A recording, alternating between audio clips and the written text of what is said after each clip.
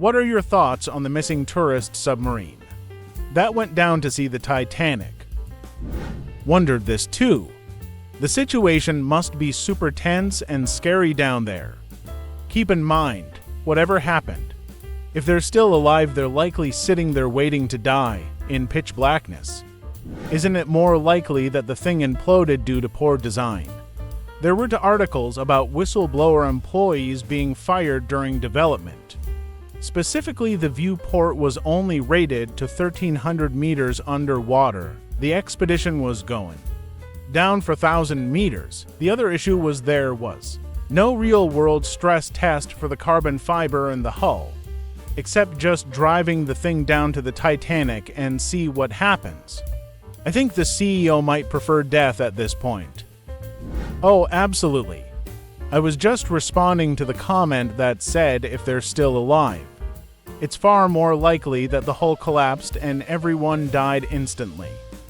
But as badly as this operation was run, it's also possible they forgot to change the batteries on the PS to controller, and they're just marooned somewhere on the bottom of the seafloor. Wait, the CEO is in the submarine as well. Yes. Lol. Passenger. So, what's the problem, CEO? Well, the wireless Logitech controller has lost connection. Passenger. Okay. Can you plug out and back in again, CEO? No. The batteries died and the spare batteries are on the boat. Passenger. Understandable. How do you want to be killed by us? Yeah, I don't care if I had all the money in the world. The places I'm never going are deep under the ocean or into space. That's scary as hell. In the space, at least you would have a nice view. It's looking like they're goners, so I just hope it imploded. The thought of being trapped in a little metal can on the seabed and stewing in your demise for days in pitch black, while you either slowly freeze or suffocate to death, what could be worse? The terror and total despair, the panic and claustrophobia, the guilt of a father bringing his teenage son. I just hope it was quick. You know what could be worse? Them actually floating on the surface, seeing daylight but still running out of air. Because the only way out is for someone to remove the bolts from the outside. There's 3 possibilities. 1. It imploded during its descent. 2. They're stuck underwater with no hope of rescue. 3. It's floating on the surface somewhere but they're still stuck inside, because it can only be opened from the outside. Lol. Imagine being at the bottom of the ocean, surviving an accident in a cheap-ass sub and then managing to get back to the surface, only to suffocate anyway cause bro forgot the door handle on the inside. I saw in another post that there isn't a door. They're sealed by a panel with bolts. You couldn't pay me to get into that kind of craft. But how can I get you to pay $250,000 to do it? Now that's a salesman. Option 4. The game controller they used for steering ran out of power, and they didn't have a backup steering system, so can't nose up and surface. They did have for controllers on board, apparently. There are 7 ways to raise surface. Several don't require any electricity. For example, the entire crew can shift their weight to one side and partially roll the submarine, causing ballast weights to be let go, making the craft buoyant. Titan is not a submarine though. It's a submersible, meaning the occupants need a support ship to get out. You would die if not helped in 96 hours in the fully loaded Titan. If it was stationary in your backyard as surely as you would if it was stuck almost 4,000 meters below the surface. It doesn't matter if Titan is bobbing on the surface right now. They can't get out until found. Someone has to open it from the outside. Besides which, I doubt that thing really has 7 fail-safes. Not with all the information coming out about the cheapskate firing employees over concerns about the. It's very strange that they put so much thought into how to resurface in an emergency, but apparently stopped there. There is no locator beacon. So if it's separated from the support ship, it becomes a search mission to find it. Then for lack of a plan, there you have the potential scenario of being locked in on the surface. That's a tougher problem to solve, but explosive bolts and an external life raft would be a possibility. Maybe you need a stronger tank for the raft's self-inflator, but other than that, it's no problem to have externally. Anyhow, this line of thinking shows exactly why this was not technically a for-hire passenger vessel. These are the sort of problems and more they'd have to figure out if they wanted any chance of doing it correctly. Instead, they decided to skirt those rules by pretending to be a research vessel, which allowed much greater latitude to ignore those kinds of problems or expenses. Imagine being locked in a room with people who put their lives in your hands as you wait to die.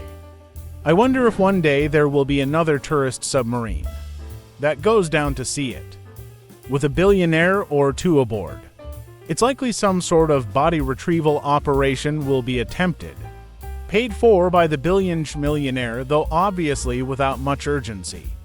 A couple of million is enough to hire a company with an ROV to rig up some retrieval device to at least find it and either lay a plaque there or try and bring it up. If it imploded or suffered a hull breach, there won't be a body to recover, or a submarine either. The force of the implosion at that depth would tear it apart. They might drag up the largest hunk of the hull, even if that's a dense fucking chunk of imploded steel. If a thing like this implodes it, not like the bodies suddenly disappear. 3,500 to 4,000 meters deep ocean is what? Around 400 atmosphere pressure. If it imploded, they would be mushed. That's 6,000 pound per square inch or 40 million Pascal. There may be something to recover, only if the pressure equalized slowly or if the vessel is intact. I know very little about all this, so honest question. What does it actually mean if a submarine implodes? The pressure deep underwater is very high, because you essentially have a column of water equal to your depth pressing down on you. Humans can't survive that, so they make the submarines a much lower pressure. If a breach occurs, then water will flood in and rapidly compress the air inside. Thankfully, this kills occupants immediately, so they wouldn't even realize they were dead. It also mashes them up real bad, and so does all the metal and debris being thrown around. It's like an explosion, except it's all around you. Right? It's like being in a hydraulic press. In fact, it is being in a hydraulic press.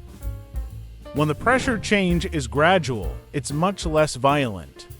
It's sort of similar to accelerating in a car. If you stomp on the gas, you're going to get slammed backward into the seat. The same thing will happen in the opposite direction. If you stomp the brakes or hit something at a high speed, if you accelerate or brake slowly, there won't be as much force apply to your body. Mashed potatoes. Here's what it looks like when there is a max 15 psi differential crush incident. The differential involved at depth are 400 times greater than that.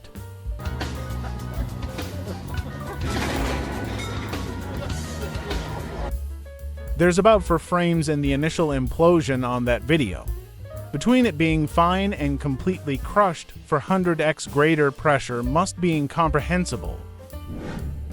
It's like exploding, but in reverse. Imagine a mouse in a Coke can getting run over by a semi.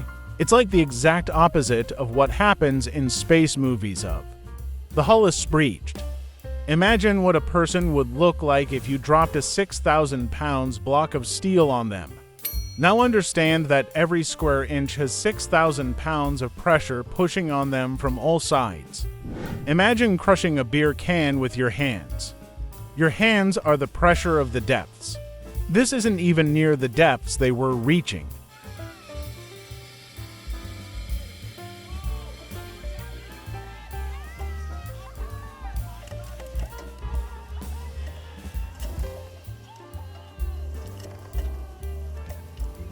When is the last possible survival time? Sometime Thursday. 18 hours ago. U.S. Coast Guard Capt. Jamie Frederick said he estimates 40 hours remaining of oxygen.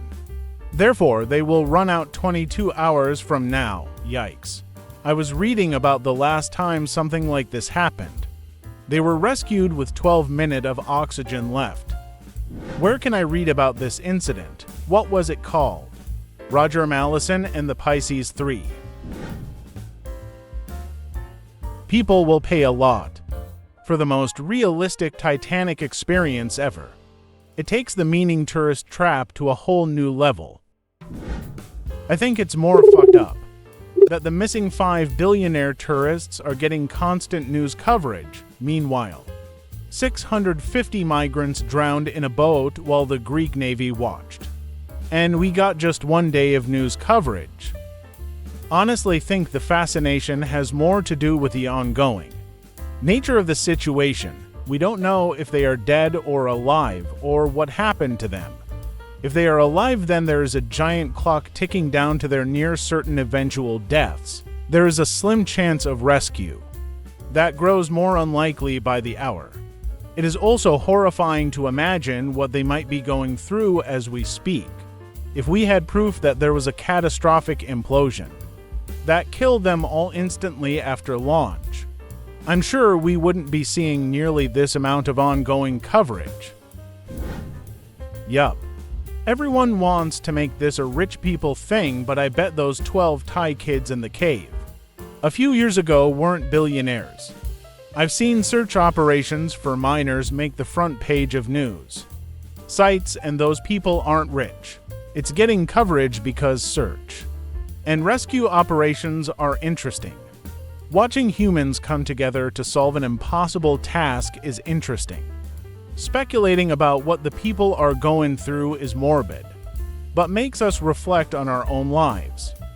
I think that if it's true that the window wasn't rated for the depth of the Titanic, if it's true that the hull of the sub was showing wear, and if it's true that they waited 8 hours to report them missing, then those who made the decision to send people, including a 19-year-old, into potentially fatal depths that the vessel allegedly couldn't handle, need to be prosecuted to the fullest extent of the law, if applicable. I'm curious if it was all pointed out by the scientists, but denied by funding, only thinking about it because of morbid curiosity. The CEO of the submarine company is on it, too. So if he signed off on cheap parts or ignored warnings, that's the ultimate no one to blame but yourself. The guy who raised the alarm about the glass was fired. So there's one answer. I can imagine being that guy when the news broke. Just I fucking told you, shrug emoji. I can't even begin to imagine what this guy must be feeling right now. It's crazy. Did you like the video? Share with your friends and tell what you think about this situation.